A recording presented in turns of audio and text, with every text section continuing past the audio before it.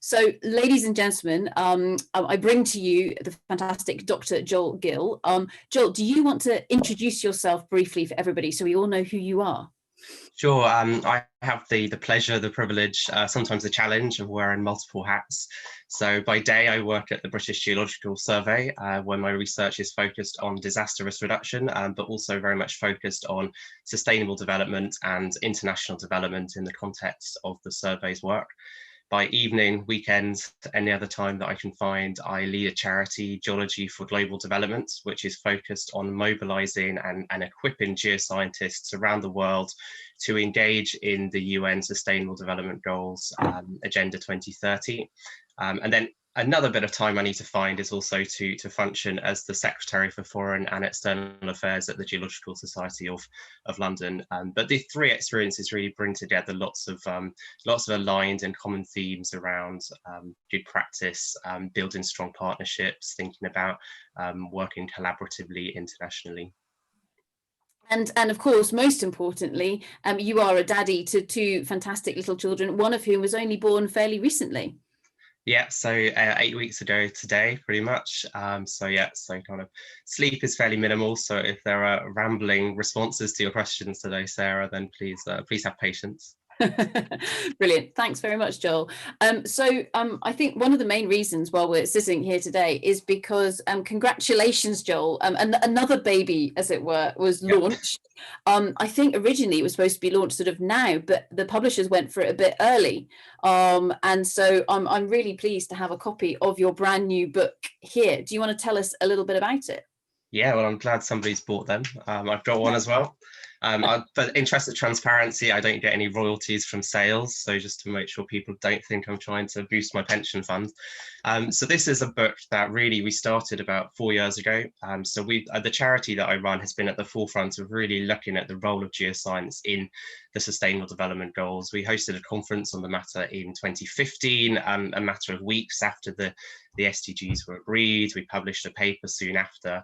And really, we wanted to start to look in detail at each of the SDGs and the role of geoscience in those, but also what we need to do as a community to evolve, to change, to reform, so that we can ensure that the greatest likelihood of meeting what is an incredibly ambitious but incredibly exciting vision set out in the 2030 agenda.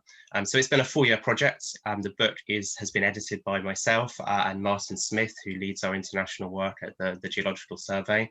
But we have 42 authors from 6 continents around the world. It's really a collective global voice that we've brought together that sets out very clearly the exciting role that geoscience has in this agenda, but also the fact that we need to really take a look at how we work and think about the steps that we need to do to increase the likelihood of delivering the ambitions of the UN agenda. Thanks, Joel. And I mean, with regards to this book, I mean, who is it aimed at? Is this something for anybody to read, or is it something that actually, to be honest, if you're a bit more into the depths of the science and the technical side of geoscience, this is the book for you? I think there's a bit of a dual function there. So I think what we've included in the book is really trying to set geoscience in the context of the social, political, economic aspects of sustainable development. Sustainability is notably lacking in many of the educational, the training courses that geoscientists have. And I think that's something that really needs to change for geoscientists to play a full role in delivering the SDGs. So there's an aim there at geoscientists to show them their relevance to the SDGs, to try and catalyze engagement, greater engagement in the SDGs, but also to support educators of diverse types to bring in the SDGs and core skills around sustainability, whether it's stakeholder or context mapping, whether it's policy analysis, into the training of geoscientists. But I think the level that we've written this at, it also means that it could well be on the shelves of those who are working in development agencies, in UN agencies, because each chapter is focused on the development ambition rather than the geoscience sub-theme, for example, to pick it up and to look at, why should we engage with earth scientists in the development of sustainable cities, or what role does the earth scientists have when it comes to ensuring food security. So I think there is a dual function, and certainly listening to some of the talks here, I think there could be scope for an in-depth one book per SDG on the role of geoscience. But I think that's a project for somebody else to take forward. Yeah, we did have a chat offline about, well, when's the next book coming out? And I think your reply was something along the lines of not for a long while. Post-retirement, yeah, definitely. So with that, I mean, we've had a number of talks earlier on this week. So, for example, with Rowan Thorne, who is an exploration geologist, but actually spending most of his time engaged with building trust and respect with the local communities in Liberia, which was the most recent piece of work that he had. And kind of really seeing that multidisciplinary, or kind of the different skill sets that people need to be able to have. Do you think that, obviously you've mapped to the SDGs, of course, of which there are 17. Is this something where geoscientists need to be really good at all of them, or are there some of the SDGs that are more prevalent to geoscientists? I think there's lots of interactions between the SDGs. So of course somebody might be working very closely with the urban planning community and focused on sustainable cities, and somebody might be focused on responsible consumption and production and in the world of minerals. But of course, the building materials that we need for sustainable cities shows the link between those different goals. So I think I think individuals will obviously have specific contributions to the agenda that they can make. But I think one of the things that really comes across in the book is that it's also about how we work. And I think that cuts across all the goals. It's about our commitment to professional integrity, to ethics, to ensuring that the diverse environments in which we work in, and our community as geoscientists as a whole, is free of harassment and discrimination, is an inclusive environment. And these things are fundamental enablers of sustainable development. It can't just be that we do this thing to contribute to the goal, but it's also about how we do that. And I think that's, common sets of principles that really transcend different sub-disciplines within geoscience, different sectors, different focuses on specific goals, to really be about how we function and work as a community. Great, thanks for that, Joel, because this is something where someone might be sitting there going, why on earth are we talking so much about geology and geoscience and everything? But of course, geoscience is the study of the ground, and the ground is where our raw materials start off their life, or at least their journey, and then of course we can go into recycling, etc. And just to point this out, so for every SDG, there's a really nice summary page where it says, okay, what is that SDG about? And then always the so what's with regards to the geoscience angle. And so trying to help with that interpretation, or I guess that translation, which I've certainly found very useful already. So thank you very much. Yeah, they're free to download. If you go onto each of the chapters on the Springer website, you can actually access those infographics without needing to buy the book. Though of course you do want to buy the book to get all the detail and case studies, and yeah. I like it how you started out saying you're not getting any royalties, but then quickly, oh no, but on behalf of the publisher, please do buy. Well, I want people to buy it because I think the voices in the book, hearing from Azura in Morocco through to Sylvia in Italy, talking about the role of gender equality, and Benson and Rhoda and Lydia and Elias from Zambia talking about food security. This has been 4 years of their work to really look at the targets and look at what geoscience can do to these. So I think there's just so much exciting stuff in this book. The sense of kind of, for me, having a geoscience book that is so global in its authorship, so diverse in its authorship, from senior professors to early career professionals, I think it gives a really exciting pitch as to where we could be as a community in terms of at the forefront of facilitating sustainable development. And I think the last chapter really brings together some of those recommendations, some of those next steps, what we need to do. So I think it's it's worth investing the money to get this sense of what we could be doing as a community and what we may need to do to take that forward. Brilliant. Thanks, Joel. So two last questions, if I may. So on Tuesday, we heard from Maria Capello, who took us through the Geophysics Atlas.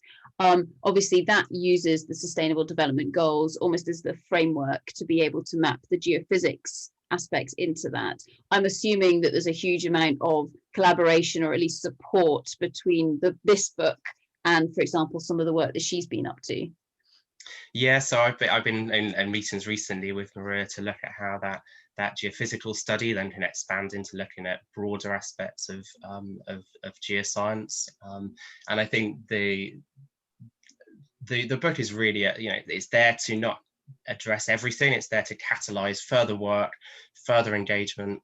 As I said before, I think geoscientists have sometimes been on the periphery of some of these conversations, and I think the book really is trying to put geoscientists at the heart of sustainability discourse, create conversations, whether it's in the university lecture theatres or whether it's in boardrooms or whether it's at the heart of NGOs and public sector institutions around how geoscientists can play a role there. And I think it's certainly working to get kind of like-minded individuals passionate about this issue together and to share that beyond that group. Brilliant, thank you. And final question, so COP26, which of course is happening later on this year, we hope, provided there's nothing to do with a global pandemic that gets in the way or delays it again. We heard earlier on today from the MP Alexander Stafford, who was talking about what an opportunity this is really for the UK as a whole. Are you involved in COP26 at all, Joel, or where do you see geoscience can be involved with regards to those global ambitions and that global push? Yeah, I think it's really important that the geoscience community is at the heart of these forums. So if we've got time very briefly, the UN also have another forum which is on science, technology and innovation for the Sustainable Development Goals. It takes place each year. It looks at what science is needed to deliver these ambitions and how we strengthen those networks. When I went in 2018, I was pretty much the only geoscientist in the room. They were talking about water, energy, sustainable cities, responsible consumption. And geoscientists just weren't turning up and just weren't part of those endeavors. And through the charity, we got there, we influenced, we got the aspects of geoscience captured into some of the key discussion there. And similarly, in 2019, we led an international delegation of early career Earth scientists from around the world to that forum to contribute. We've built on those links. We've applied for observer status with the UNFCCC as a charity so that we can engage more formally in COP26. The Geological Society of London has also been bringing together a range of different organisations from around the world to have a voice at that meeting to really profile the role of geosciences. And I think the survey are also looking at ways in which they can engage also. So I think there will be a geoscience presence. I think that's really important. I think also the links between climate and other aspects of work that geoscientists are involved in, whether it's around resilience to disasters, whether it's around groundwater resilience and ensuring that we tackle the continuing problem of lack of access to clean water and sanitation, and then the knock-on impacts on girls' education, on income generation.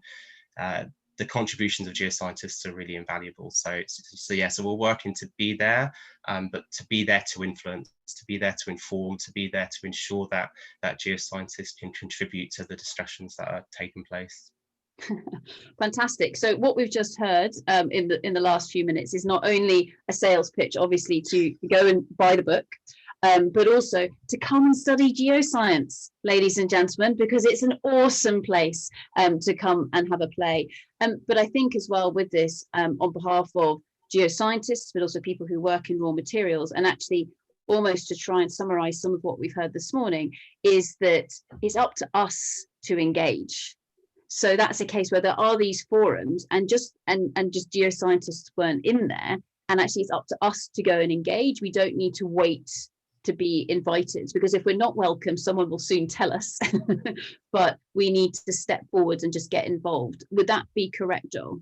Absolutely. I think we've got to be proactive as geoscientists at being part of those interdisciplinary, multi-sector conversations. And I think one of the problems that potentially stops geoscientists from doing that is the way in which our training can be so siloed. So outside of minerals, but thinking of my work on disaster risk reduction when I was at university, there are people studying disasters from the perspective of social science, anthropology, engineering, architecture, but we were never brought together to exchange information, ideas, look at the different types of data and ways in which we interpret that collectively. And I think that very siloed way then feeds into how people work later on. And I think, again, one of the things the book does is really try to sit geoscience into the context of what others are doing, how others are working, to try and encourage people to pursue interdisciplinarity, build networks across disciplines, networks across sectors at the start of their career, so that becomes a normal way by which we work. And I think hopefully means that those sustainability forums and discussions aren't missing key disciplines such as geoscientists. Great. So with that, ladies and gentlemen, I'm going to invite you to put your hands together to say a massive, massive thanks to the fantastic Dr. Joel Gill. So thank you very much, Joel. That's brilliant and truly inspirational, not just for all the geoscientists involved on this call, but I think hopefully well beyond as well. So thank you very much. Thanks for the opportunity to share. Much appreciated.